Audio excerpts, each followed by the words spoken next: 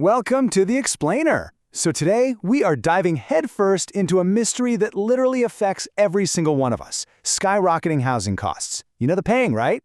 Well, to figure out how things got this crazy, we're actually going back to a fascinating 2014 story. An economics professor, Richard Werner, managed to prove that a small German bank created money out of, well, absolutely nothing.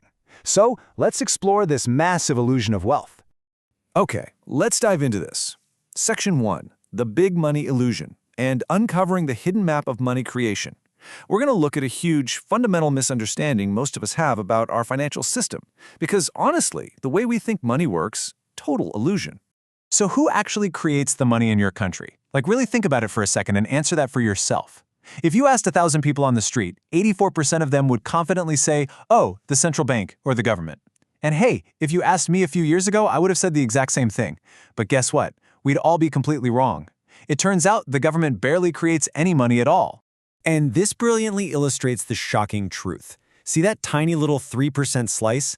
That represents cash. The physical paper banknotes, the coins jingling in your pocket, that's all printed by the central bank. That is literally all the government makes.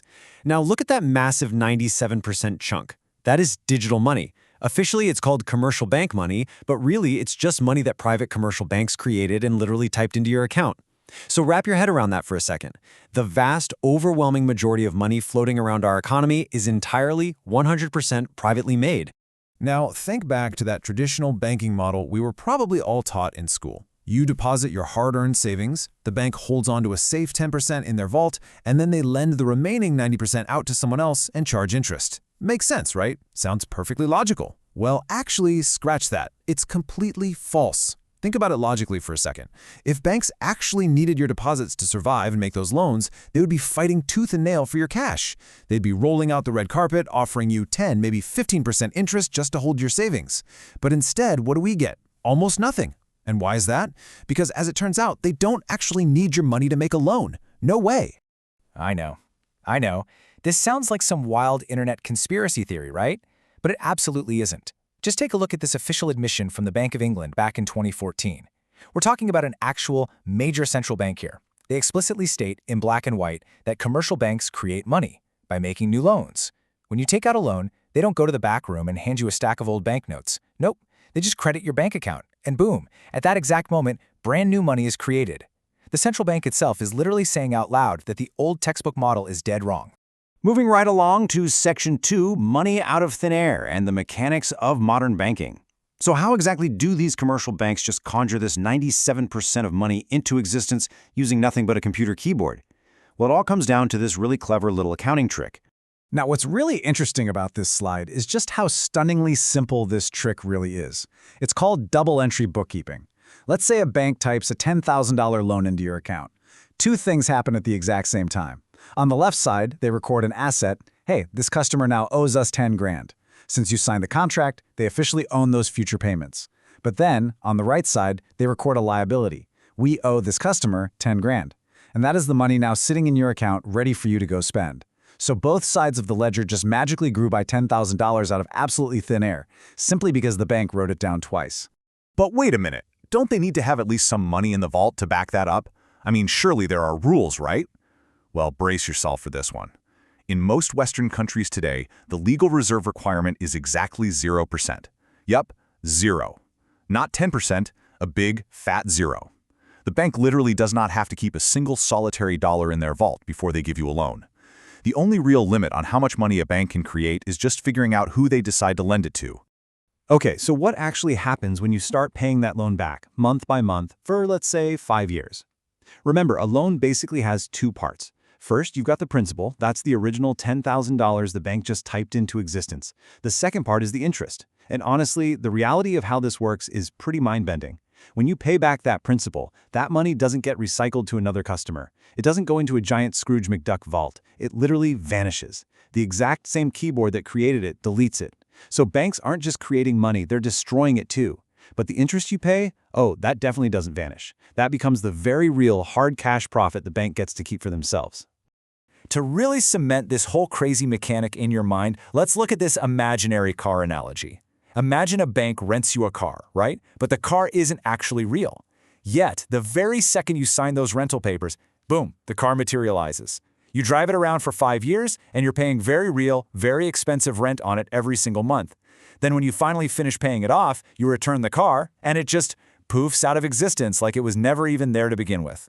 The only actual real thing in that entire transaction was the rent you paid. If you just replace that imaginary car with a standard bank loan, you've pretty much completely mastered the modern banking system. They create the principal, they delete it when you pay it back, and they pocket your very real interest. All right, Section 3, the housing market trap, and where the new money goes. Because if the only real limit on bank lending is who they choose to hand it to, we have to ask a pretty critical question here. Where does all this new money actually end up? Because trust me, the answer to that affects your daily life in a huge, huge way. I want you to put yourself in the very expensive shoes of a banker for a second. A customer walks into your office asking for a $50,000 loan to start a brand new small business. Honestly, that's incredibly risky. If their startup goes under, you lose all that money. But then, 10 minutes later, someone else walks in asking for a $400,000 mortgage to go buy a house.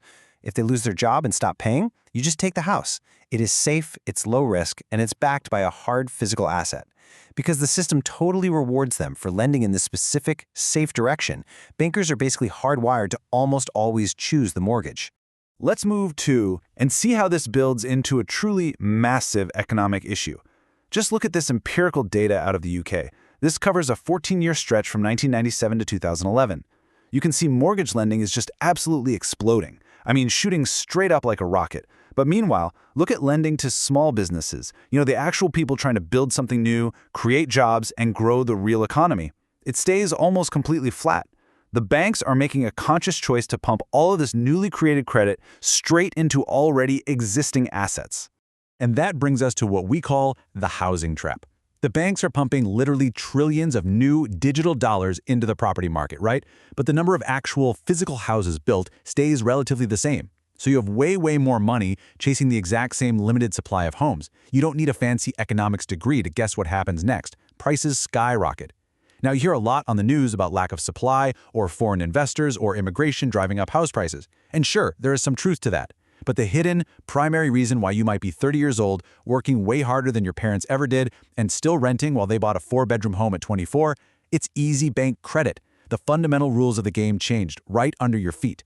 Every time a new mortgage is signed, it types brand new money into the system, which pushes the price of that house you're desperately trying to save for just a little bit further out of reach.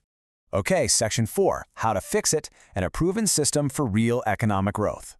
Now, if you are feeling a little angry or frustrated right now, honestly, hold on to that, because this is definitely not a hopeless situation. Professor Richard Warner, remember the guy we talked about at the very beginning of this explainer, he actually outlined a fix. His big revelation was that the problem isn't necessarily that money is created out of thin air. The real problem is the direction all that new money flows. So the crucial point is really clear when we compare two simple scenarios. Take scenario A. A bank lends $1 million for an existing house. The seller takes the cash, the house changes hands, and basically, housing just gets a little more expensive for everyone else. Absolutely zero new wealth or jobs were created in that exchange. But now look at scenario B. A bank takes that exact same $1 million and lends it to a local small business. That owner goes out, hires 10 workers, buys new equipment, and develops a cool new product. Suddenly, our economy has more output, more jobs, and actual, tangible, real wealth. It is the exact same banking mechanism, but with completely opposite outcomes. One just inflates a massive asset bubble, the other actually builds a real, breathing economy. So you'd think the obvious answer is just, well, lend to small businesses. But here's the rub. Massive banks really don't want to do that. Think about it. Processing a $50,000 small business loan takes almost the exact same amount of annoying paperwork as closing a $50 million corporate mega deal. Giant banks only care about those massive deals where the payout is huge. So the real solution here is a network of many small local banks. We need the kind of community banks where the branch manager actually lives in your neighborhood and knows the local bakery owner by name. Keep in mind, small businesses create roughly 2/3 of all jobs in advanced economies. So when giant corporate banks dominate the landscape, those local businesses are totally starved of the credit they need, and the whole economy just stagnates. And hey, if you think this is all just academic theory, let's take a look at this timeline of China's economic miracle. Back in 1978, Deng Xiaoping comes to power, and he actually travels to Japan specifically to learn the secret behind their booming economy. He comes back home and immediately sets up thousands and thousands of small, local village banks everywhere. He realized pretty quickly that one giant central bank sitting in a capital city just couldn't manage lending for a massive country, but millions of local bankers on the ground absolutely could. By pointing their money creation directly at small-scale, productive growth, China delivered 4 straight decades of just skyrocketing economic growth. They literally lifted more people out of poverty than any other country in the entire history of humanity. The point is, this system totally works, as long as you point the money creation at the right targets.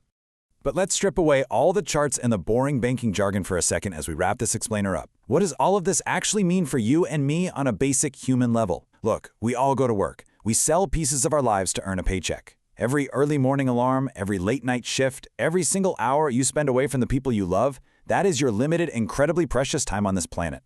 When you think about it, money is literally just your time stored in a computer. So when banks just create money out of thin air and artificially push the cost of living up, they aren't just adjusting some abstract numbers on a spreadsheet.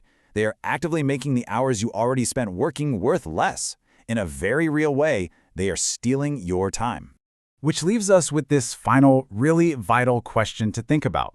If banks can simply type money into existence and inflate the cost of your everyday life, how much of your stolen time are you willing to accept? Honestly, it's absolute madness, and it secretly hurts every single one of us. But here's the thing, we cannot change a system that we don't even understand. So if this explainer shifted your perspective today even a little bit, share this knowledge, talk about it, because understanding the illusion, well, that's the very first step to finally reclaiming your time.